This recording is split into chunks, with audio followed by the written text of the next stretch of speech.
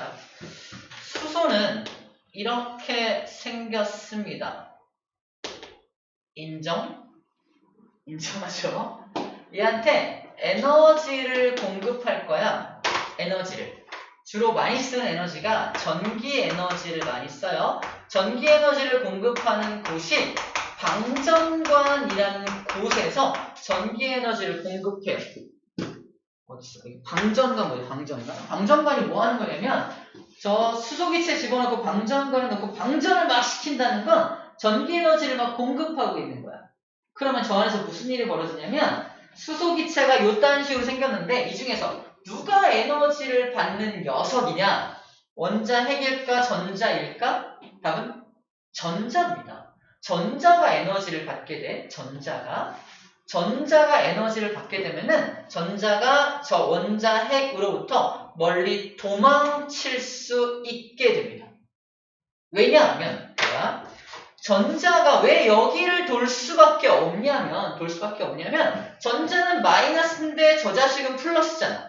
쟤가 날 자꾸 땡겨. 멀리 도망갈 수가 없어. 그래서 여기를 돌고 있는 거야 현재. 근데 저분이 전기 에너지 분이 나에게 에너지를 막 공급해 주시네. 아싸 너 꺼져.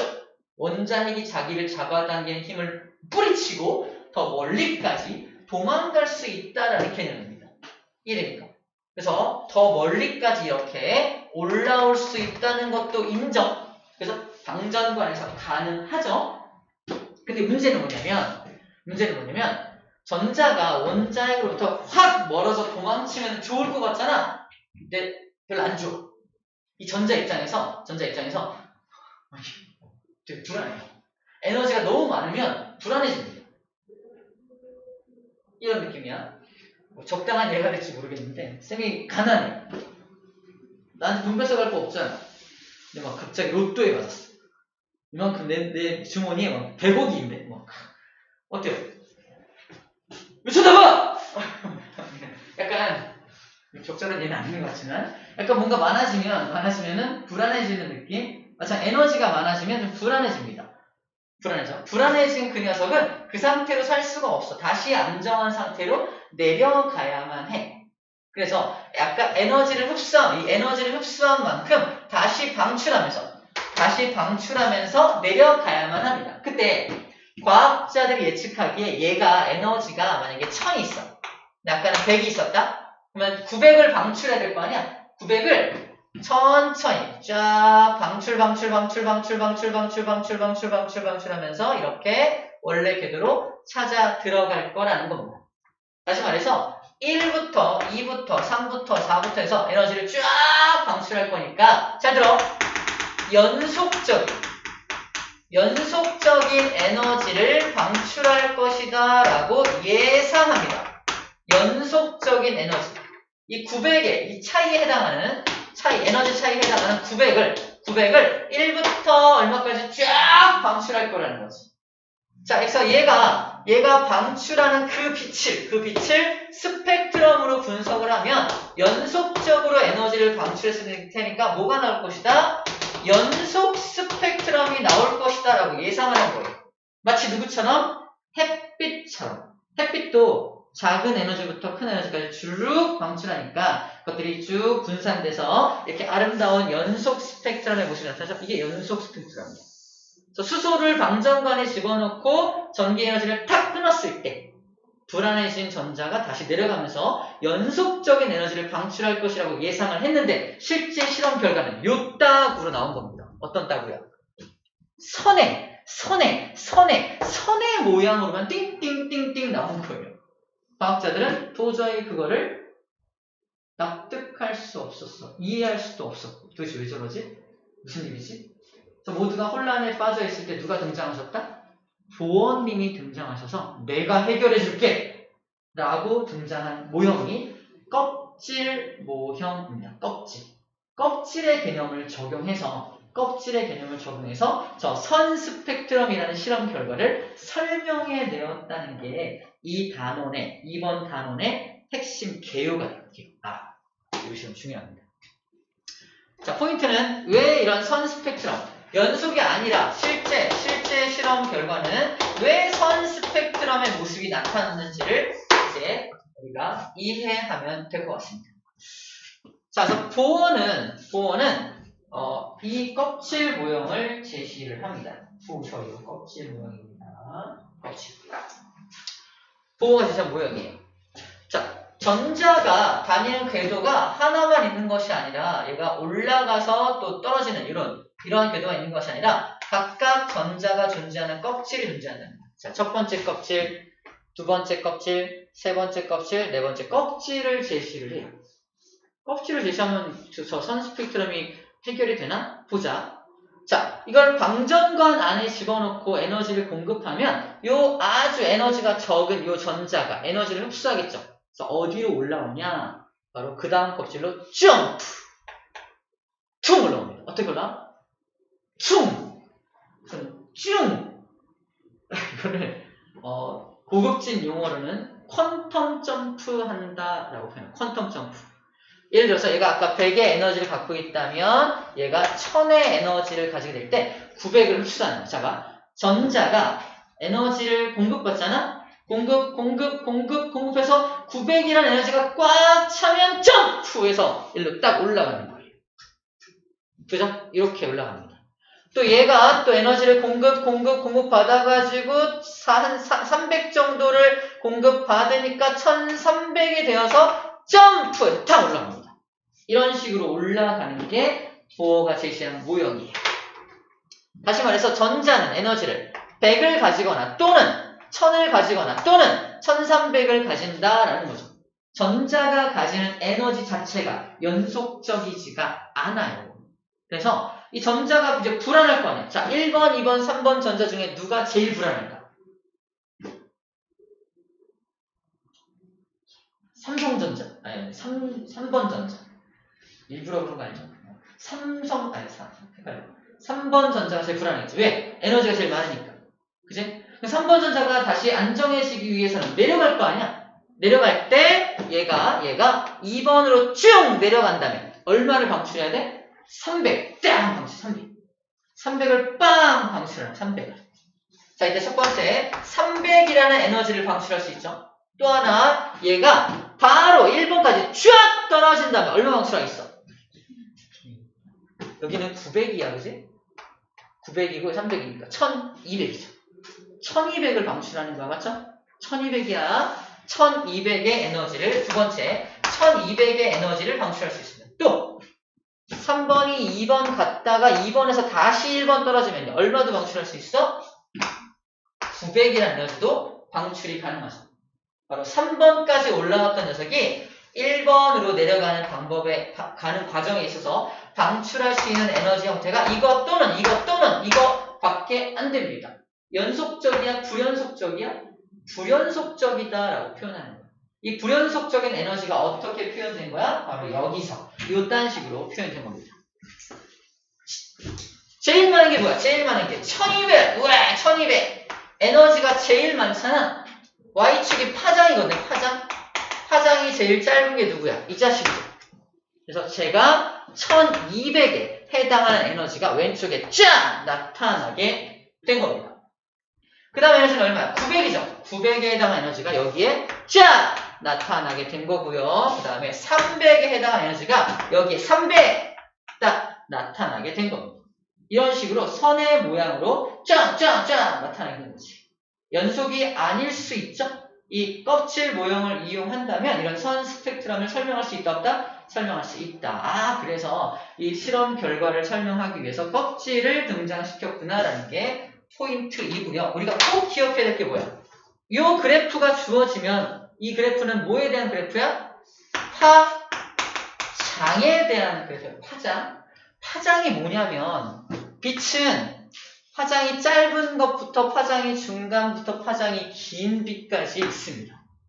파장이 뭐냐? 파동의 길이. 파동의 길이 장자야. 파동의 길입니다. 파동의 길이야. 지금 갑자기 파동이 나와요. 빛도 파동이거든. 빛도 파동입니다. 빛은 전자기파라는 파동이에요. 파동. 빛이 파동이기 때문에 파동의 형태로 분석을 하는 거고 빛이 에너지가 많은 빛은 이쪽의 에너지로 나옵니다. 에너지가 적은 빛은 이쪽의 형태가 돼요. 지금 어떻게 암기하라고 했냐면 여기는 떨림이 심하죠. 이야! 하죠? 진동수, 프리퀀시가 크다라고 말합니다. 프리퀀시. 엄마 목소리. 내 신경을 더 자극하는 목소리. 숙제했어! 이런 거 있잖아. 이런 거. 엄마 목소리. 하지만 아빠는, 아유, 나도, 이런 거 있잖아. 약간 저음이 에너지가 적은 목소리야. 진동수가 작다고 표현합니다. F는 진동수예요. 진동수가 작다고 표현해요. 진동수가 작은 녀석은 파장이 길어요. 그죠? 파장이 짧습니다. 진동수하고 파장은 서로 반비례 관계에 있다는 거야. 자, 또 다른 예로. 고음으로 앞에서, 이렇게 설명을, 앞에 선생님이 약간 고음으로 설명을 막 해주면 좀 덜 졸려. 그죠? 안 졸리면 뻥이고, 그죠? 좀 덜 졸린 이유가 에너지를, 진동수가 크니까, 이게 고음이거든요. 고음으로 막 하면은 에너지가 많으니까 그만큼 에너지를 뿌려주는 거니까 그만큼 좀 덜 졸려요. 근데 자든 말든, 자, 칠판 보고 있지, 다들. 자, 설명을 할게요 하면서 설명하시는 분들은 언젠가 졸고 있어요. 그죠? 에너지를 적게 뿌려주면은 그만큼 졸립니다. 그죠? 그 얘기는 똑같아요. 에너지가 적다는 건 이쪽을 말합니다. 자, 에너지가 어떻다? 적다. 다른 표현법으로 진동수가 작다. 다른 표현법으로 파장은 길다. 그죠? 파장은 길다. 파장이 엄청 쫙쫙 길어. 늘어집니다. 그래서 여기 그래프에서 여기가 파장이래요. 파장. 656 나노미터. 길이야, 길이. 나노미터 길이. 얘는 410 나노미터. 짧죠? 파장이 짧고 파장이 길다는 뜻입니다. 파장이 긴 얘가 에너지가 적은 거고요. 파장이 짧은 얘가 에너지가 많은 거라니까. 그래서 이 그래프를 딱 보고서 파장이 기니까 에너지가 적은 영역. 파장이 짧으니까 에너지가 많은 영역이구나 라는 겁니다. 그래서 아까 3번 껍질에서 1번 껍질로 떨어질 때 왼쪽에 그려지겠어? 오른쪽에 그려지겠어? 왼쪽에 그려지겠죠. 에너지가 많으니까 에너지가 많은 쪽인 왼쪽에 그래프가 그려지게 될 겁니다. 그런 것도 우리가 잘 보고 있어요. 이거 항상 파장 그래프 나오니까 잘 체크해 주어야 합니다. 왜 선 스펙트럼의 모양으로 나오는지 이제 이해가 됐죠? 오케이. 그 다음 또 볼게요. 잘 봐. 보어가 얼마나 대단했냐면 당시에 사람들이 되게 보어를 칭송했던 게 이런 것까지 알아냅니다. 뭘 알아내면 자, 첫 번째 전자, 두 번째 전자, 세 번째 껍질 전자, 네 번째 껍질 전자.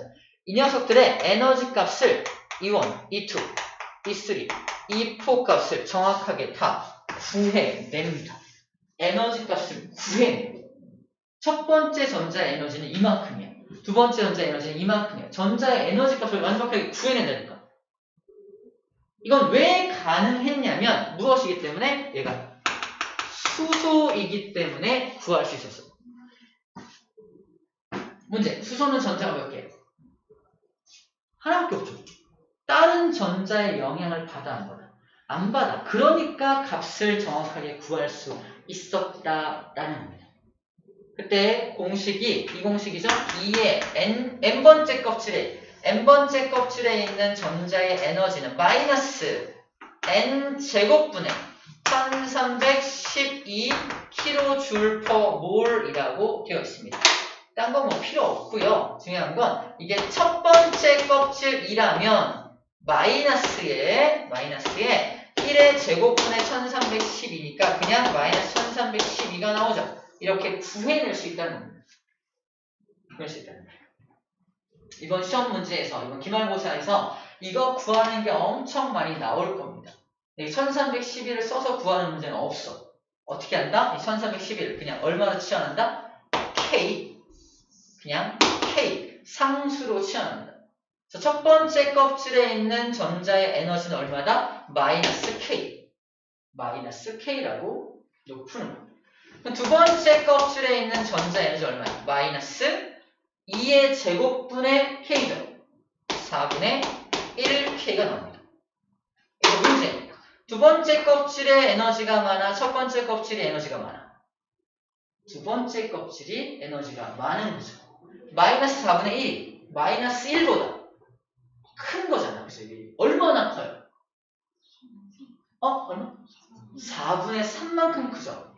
자, 그 차이 값을 델타 E라 그래. 이 에너지 차이를 구하는 방법은 큰 놈에서 작은 놈을 빼는 겁니다.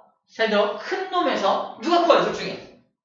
이게 크잖아. 그래서 어떻게 구하냐면 큰 놈을 써요. 큰 놈을 써. 얼마? 큰 놈이 얼마야? 자, 이거야. 델타 E 두 번째 껍질에서 첫 번째 껍질의 에너지를 빼는 겁니다. 맞죠? 맞죠? 그래서 어떻게 쓴다? 마이너스 4분의 1 큰 놈에서 뺀다고 뭐를? 작은 놈을 뺀다고요. 맞죠? 그럼 어떻게 나와요? 마마 뿔뿔 되죠. 그래서 4분의 3K라는 값이 나오게 되는 거예요. 저기 차이값이 얼마다? 차이값이 그래서 델타 E가 얼마다?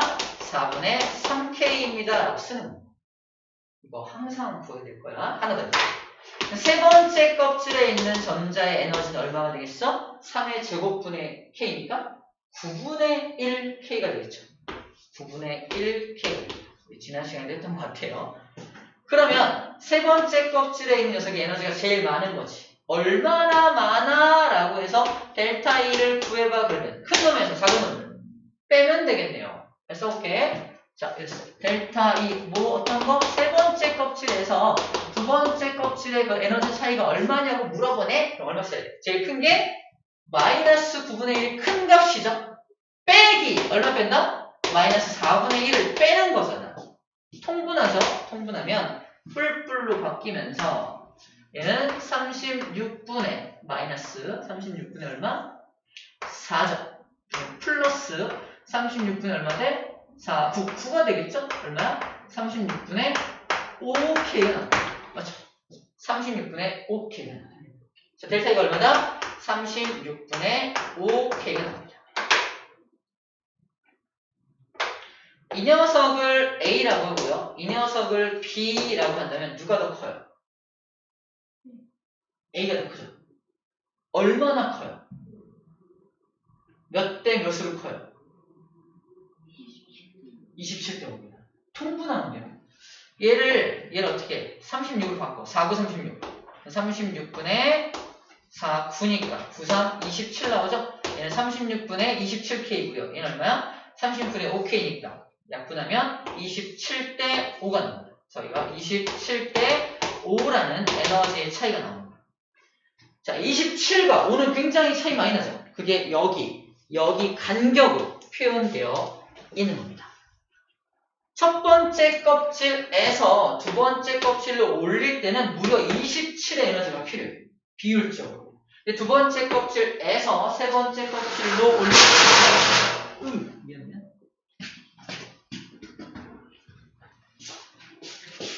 첫 번째 껍질에서 두 번째 껍질로 올릴 때는 27에 해당하는 에너지가 필요하다면 두 번째 껍질에서 세 번째 껍질로 올릴 때는 얼마의 에너지밖에 안 필요하다? 5의 에너지밖에 안 필요하다는 거예요. 그래서 이 비율, 여기가 27의 비율이라면 여기가 얼마다? 5의 비율이라는 거예요. 처음에 엄청 크죠.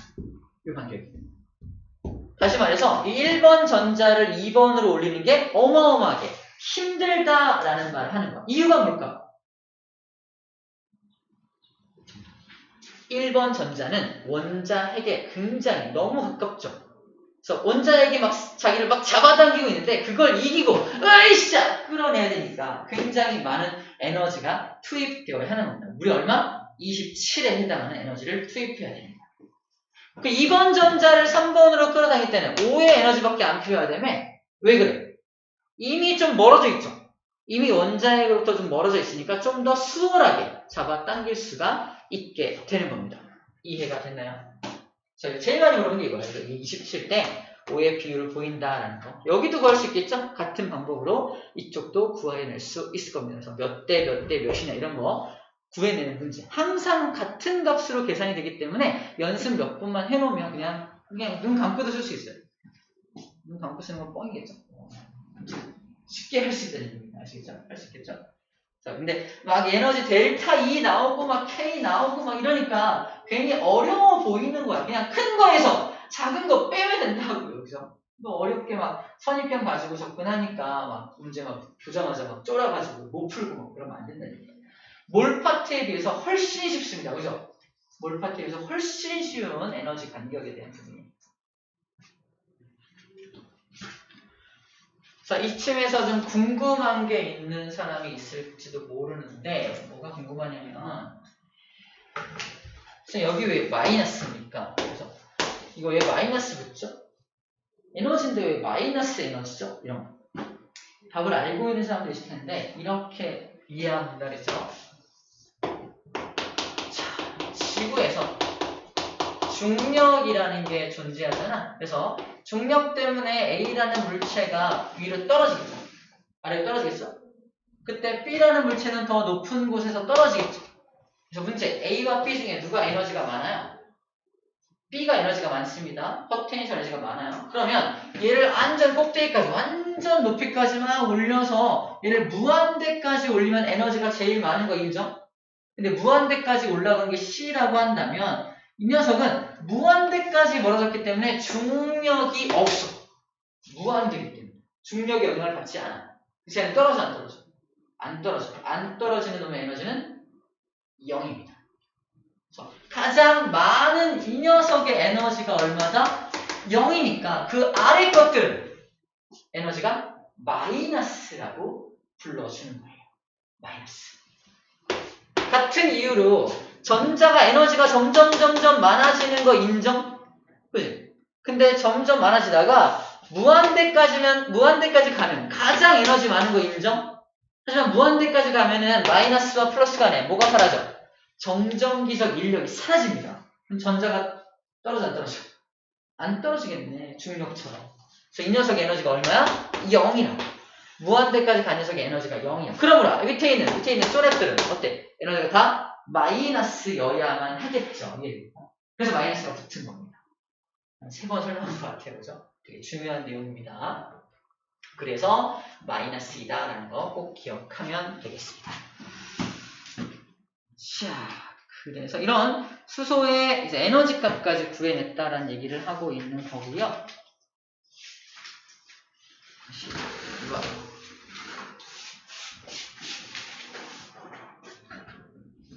그래서 이걸 계율로 표현하는 게 이거죠. 자, 교수님.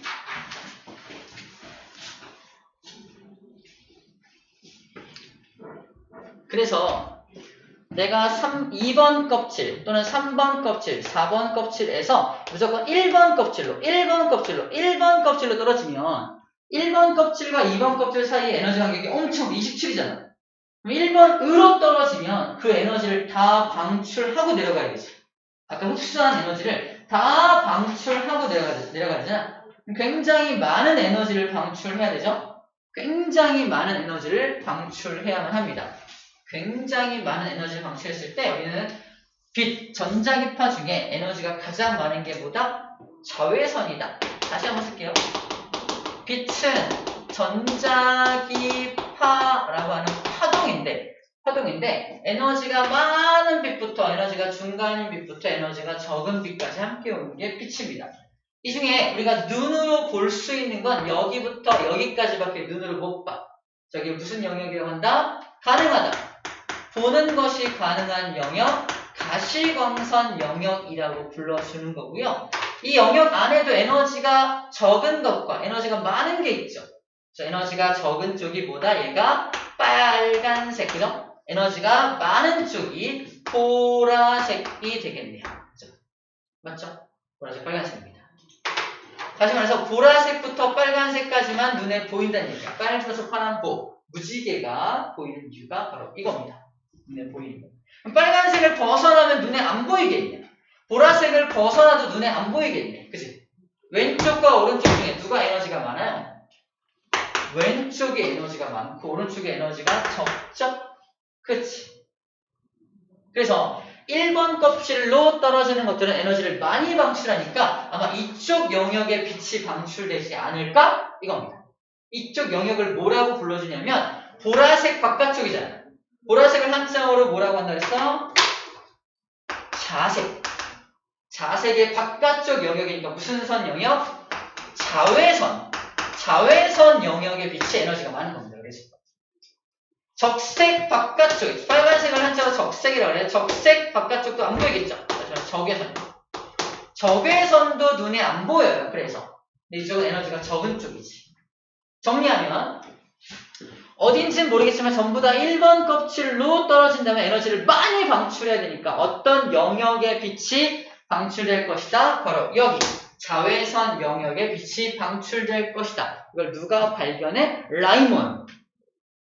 거짓말인가? 라이먼이라는 사람이 발견을 합니다. 자, 이거를 자외선 영역의 빛이 1번 껍질로 떨어질 때 자외선 영역의 빛이 방출되는 걸 라이먼이라는 사람이 이제 관찰을 하고 라이먼 계열의 빛이 방출된다라고 정의한 겁니다. 그래서 라이먼 계열의 빛은 바로 자외선 계열의 빛이고 어디로 떨어지는 거? 1번 껍질로 떨어질 때를 모두 말합니다. 같은 이유로 2번 껍질로 떨어지면요. 에너지가 조금 덜 큰 에너지가 방출되겠죠. 자, 저는 중간 단계 에너지가 방출될 것이고요. 발머라는 사람이 발견을 해서 가시광선 영역의 빛이 방출된다. 발머 계열의 빛이다라고 정의합니다. 어디로 떨어질 때? 9번 껍질로, 2번 껍질로 떨어질 때. 같은 이유로 3번 껍질로 떨어지면요. 좀 더 에너지가 더 조금 방출되겠죠. 그죠? 그래서 더 에너지가 적은 영역이 어디에 해당하는 거? 적외선 영역에 해당하는 빛이 방출된다라고 파시엔이라는 사람이 자기 이름을 따서 이제 파시엔 계열의 빛이다라고 정리한 겁니다. 이걸 그림으로 이렇게 표현하는 거고 마지막 그래프로 봐봐. 그래프를 딱 보면은 그래프가 스펙트럼으로 딱 보면은 자 이거 파장이죠. 체크. 파장이 길다라는 건 무슨 말이야? 에너지가 작다. 파장이 짧다라는 건 에너지가 많다라는 뜻이죠. 그러므로 왼쪽과 오른쪽 중에 어디가 라이먼 계열이야? 왼쪽이죠. 그래서 왼쪽이죠. 어디가 파시엔이야? 오른쪽이 파시엔입니다. 발모 계열은 가운데예요. 그래서 우리 발모제를 어디다 발라? 가운데 머리에 바르는 안 할게요. 아무튼 발모가 가운데야. 가시광선 발모 계열입니다. 발모 가운데. 자, 라이먼이 왼쪽, 파시엔이 오른쪽. 됐죠? 이런 거 어디에 위치하는지 체크해주면 되겠습니다. 뭐 이거 A형, 시험 문제 A, B, C 써놓고 어디가 에너지가 제일 많냐 또는 어디가 라이먼 계열이냐 어디가 발모냐 이런 거 물어볼 수 있겠죠? 충분히 물어볼 수 있습니다. 이거를 파장으로 써놓고 나서 물어볼 수 있는 문제라는 거예요. 알겠죠? 자, 이 가시광선만 또 주목해봐. 딱 주목해봐. 주목하면 오른쪽과 왼쪽 중에 어디가 에너지가 많아? 왼쪽에 에너지가 많고 오른쪽에는 적죠. 그래서 어디가 빨간색이야? 이쪽이 빨간색이고 이쪽이 보라색이 되겠네. 만나볼까? 빨간색, 보라색. 그래서 있죠. 이것도 찾을 수 있어야 합니다. 그렇죠? 에너지 가지고 찾을 수 있습니다. 충분히 할 수 있어요. 어렵지 않습니다. 자, 일단 오비탈에 대한 내용은 다음 시간에 정리하도록 하고요. 여기에 해당하는 문제만 조금 풀어볼게요. 자, 페이지를 넘겨서 여러분들이 풀었던 문제겠지만 시간이 얼마 없으니까 따로 주진 않을게요. 또 숙제 많다고 좀 그럴 것 같아서 간단하게 그래도 기왕 푸는 거 잠깐만 기다려요. 18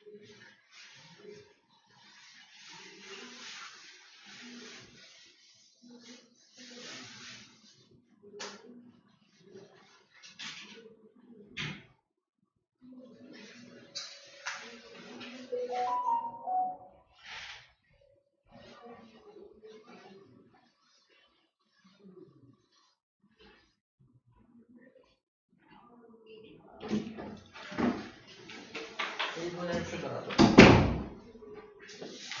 성공해.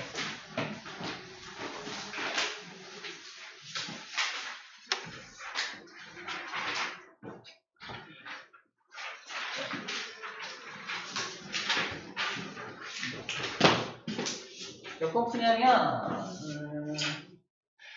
2번 문제 좀 써볼게요. 2번 문제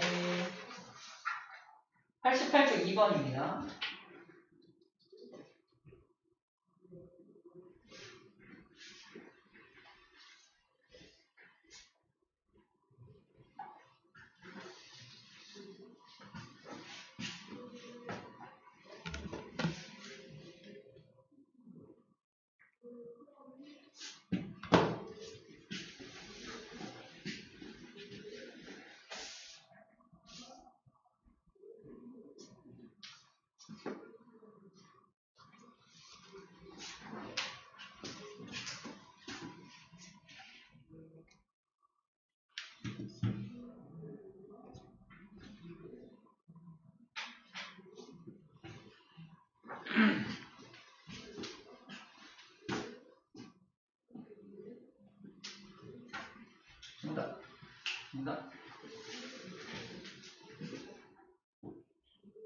정답.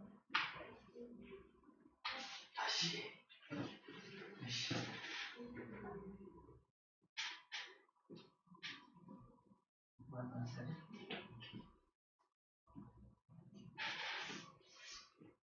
생전 처음 배우는 거죠. 미안합니다. 표정까지 안 보는 거 같아. 맞습니다. 정답.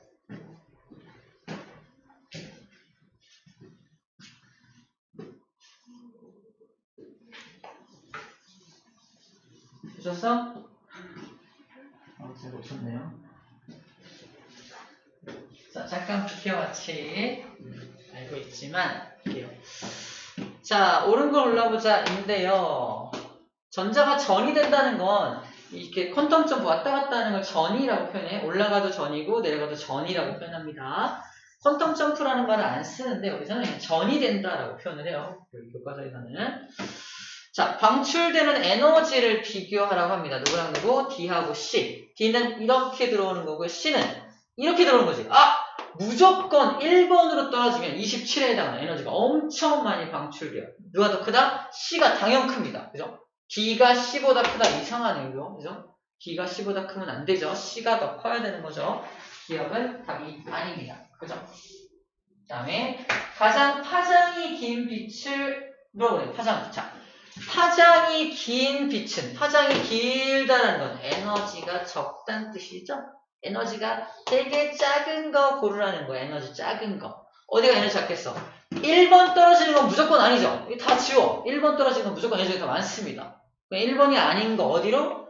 D와 E가 있는데 같은 껍질로 떨어지는데 여기서 떨어지는 거랑 여기서 떨어지는 거랑 누가 더 에너지가 적겠어? 얘가 에너지 적겠는 거죠. E이다. 맞네요. E에서 방출되는 게 에너지가 제일 적습니다. 맞죠? 육안으로 관측할 수 있는 체크. 육안으로 관찰할 수 있는 이란 뜻은 가시, 광선이란 뜻입니다. 저기서 육안으로 관측이 안 돼요. 그죠? 육안이라는 말은 눈으로 볼 수 없다는 뜻입니다. 경우는 두 가지다. 즉 2번 껍질로 떨어지는 경우를 찾으라는 거지. 2번 껍질로 떨어지는 게 가시광선이니까. 자, 2번으로 떨어진 건 누구니? 얘하고 얘가 2번이네요. 두 가지 맞네요. 그죠? 두 가지만 육안으로 관측할 수 있습니다. 답은 니은 되시니까 4번이 답이 되겠네요. 맞죠? 4번이 답입니다. 자, 그 다음에 3번도 해볼게요. 3번은 뭐 어렵진 않나 해볼게요. 이거 대표적인 유형의 문제니까 풀어봅시다. 선생님이 계속 강조했던 그 파장에 대한 문제예요. 3번 문제.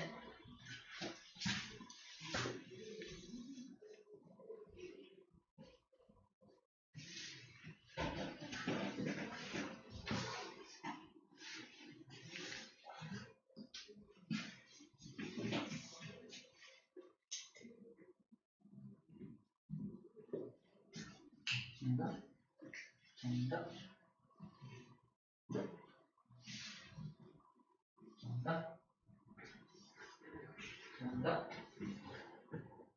정답.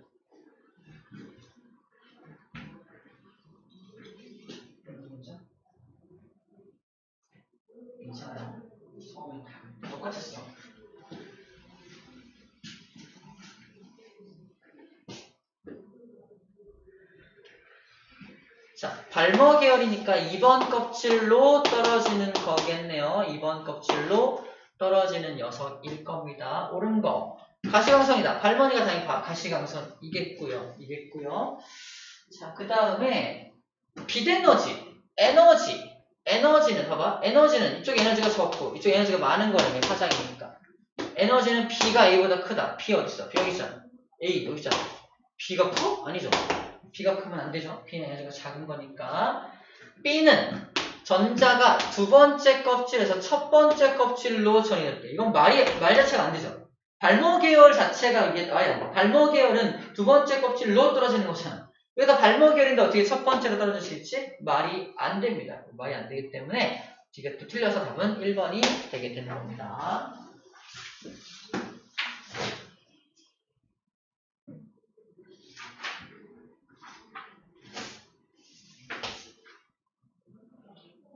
자, 어려운 거 말고 하나만 더 합시다. 4번 문제 풀어볼게요. 4번, 이제 4번이요.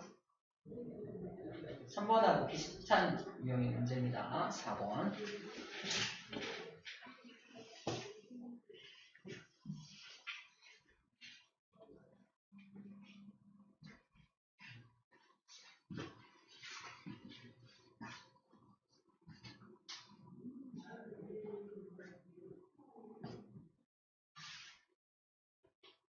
아닌데.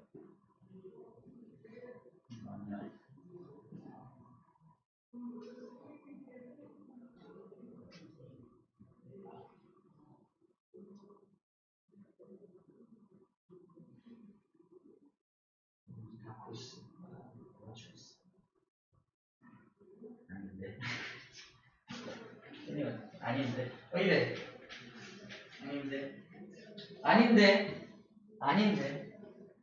아닌데. Let us together. 함께 해봅시다. 잘했으니까. 자, 원자원. 일반적인 내용이죠. 그 다음에 가시광선이니까 발머 계열이죠. 무조건 가시광선이니까 이 두 번째 껍질로 떨어지는 것입니다. 두 번째 껍질로 떨어지는 거야. 세 번째 껍질에서 두 번째 껍질로 떨어지는 경우와 그 다음 껍질에서 떨어지는 경우와 그 다음 껍질 떨어지는 경우 세 가지 경우가 있으면 하나, 둘, 셋, 네 개니까 하나 더 있겠네요. 네 가지 경우겠네. 어디까지 해야 돼? 네 가지 경우겠죠? 네 가지 경우. 그죠? 자, 보자. 옳은 걸 골라보자. 가는 들뜬 상태이다. 가가 누구야? 예?